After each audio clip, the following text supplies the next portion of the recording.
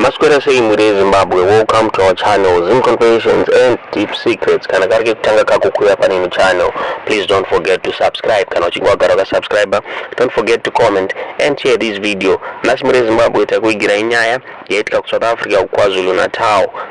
Pane 5 ma armed robbers aonekwa achipinda MuChurch ka achiba muri Zimbabwe anongedzera mufundisi at gunpoint akamutorera valuables ake muri Zimbabwe. Pane video dakuradzaira takuigira muzvara nasi varimo vari kunzi vakwanisa kubuda valuables anga ari muchechi umo zvakare anzi vakwanisa kuba mota 3 dzadziri muchechi muri Zimbabwe.